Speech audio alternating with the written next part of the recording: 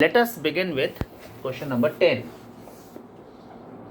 From exercise 2.1 on compound interest from ML Aggarwal, it says, find the amount and the compound interest on rupees 50,000.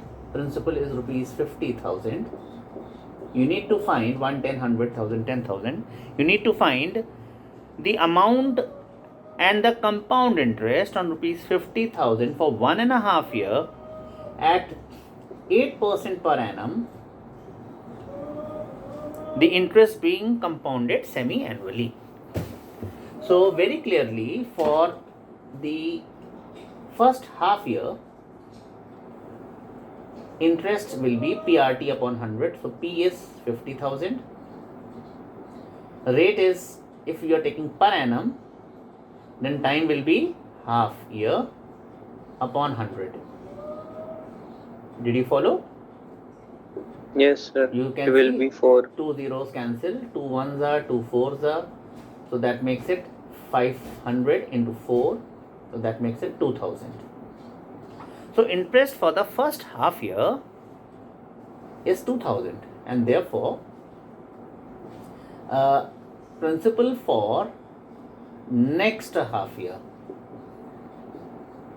Principal for the next half year will be, and if I don't mind, I mean इतना सारा लिखना पड़ रहा, तो if I call it as A1, that will be suitable, I suppose. A1 is not 1 year, first interest for first half year. Okay, so this is P, so it can be called as P1. So we have calculated interest I1, that is for first half year. This is for first half year. We have calculated the interest, and this will save us from lot of writing things, because now I can say that amount at the end of first half year will become P1 P plus plus SI. P1 plus SI nahi, I1. It's not simple interest anymore. It's compound interest we are calculating. So principal plus interest, and that is 50,000 plus 2,000 Plus 2000. and this becomes 52,000. So this is what is due on us after first half year. So this becomes the principal for the second year. This becomes the principal for the second year, second term. It will become the principal for the second term. Second term is again of the half year only. So 1.5 year में कितने half years होंगे? 3 half years होंगे. मतलब हमें 3 terms की interest निकालनी है, यानी A3 निकालना है, तभी 1.5 साल बनेगा. आधे साल का एक टर्म बन रहा है. So P2, that is principal for the second term, which is a half year, will be 52000, and therefore I can calculate the interest for the second term, that is second half year. So mind you, this is a term for half year, so therefore it's I2, that is 52,000 into rate is 8% per annum. So if you are taking 8 per annum, so you have to take time as half year into 1 upon 2 upon 100 again. So see, this becomes what? This becomes, you can see this 0 cancels. So 5200, sorry, not 5200, it's 520. 520 into 2 fours are 4. So this becomes I2 becomes 0, 5 to the 8 and 5 for the 20, 2080. See, it is more than 2000, 80 rupees more. What is this 80 rupees? It is the interest पे interest. 2000 पे अगर तुम 8% निकाल दो और 2000 पे जोड़ दो तो वो 2080 हो जाएगा. But this is not what I am teaching you right now. What I am into, that ये हो गया आपका I2, interest for the second half year, and therefore your amount at the end of second half year, meaning amount after 1 year, will be your P2 plus I2. P2 plus I2. And that is equal to exactly 52000 with 2080. And therefore this becomes 80045, 54080. This becomes the amount at the end of second year. So this will become the principal for the third year. Principal for the third year, nahi, principal for the third term. Principal for the third half year. Principal for the third half year, third term, third half year will be 54080. And Now with the help of this P3 you can calculate your I3. I3 will be 54080 into rate is 8 into time is 1, not 1, sorry, because rate is per annum and time period is half year, so time is half. This is the third half year I am implementing. First half year was here, second half year was here, and the third half year. So after 3 half years you have to tell the answer, that is amount at the end of third half year you need to mention upon 100. So see, 10 will go off.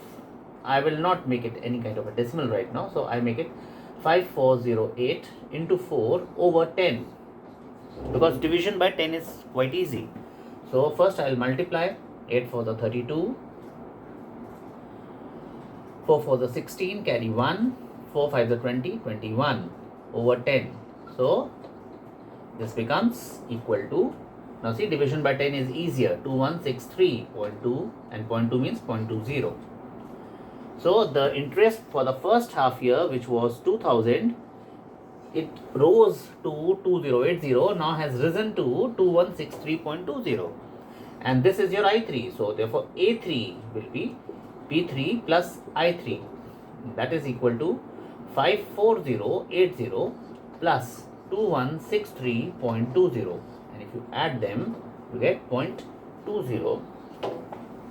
3 plus 0 is 3, 6 plus 8 is 14, carry 1, then 1 plus 0 is 1 plus 1, carry 2, so carry nothing.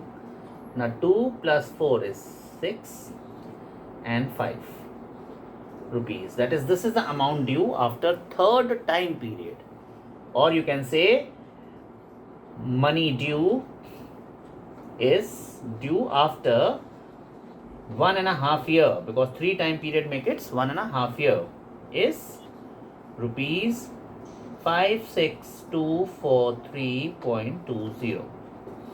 You can zoom it, expand it, and see. This is what you are supposed to calculate. Yes, sir. And lastly, minus original principal. Yes, and we need to also find the compound interest. So compound interest is actually, I can calculate that for you here, is actually amount minus principal, that is the original principal, that is P1, and this is A3 minus P1, the final amount minus the initial principal. So your CI becomes equal to 56243.20 minus 50,000, and that is quite convenient for you to calculate.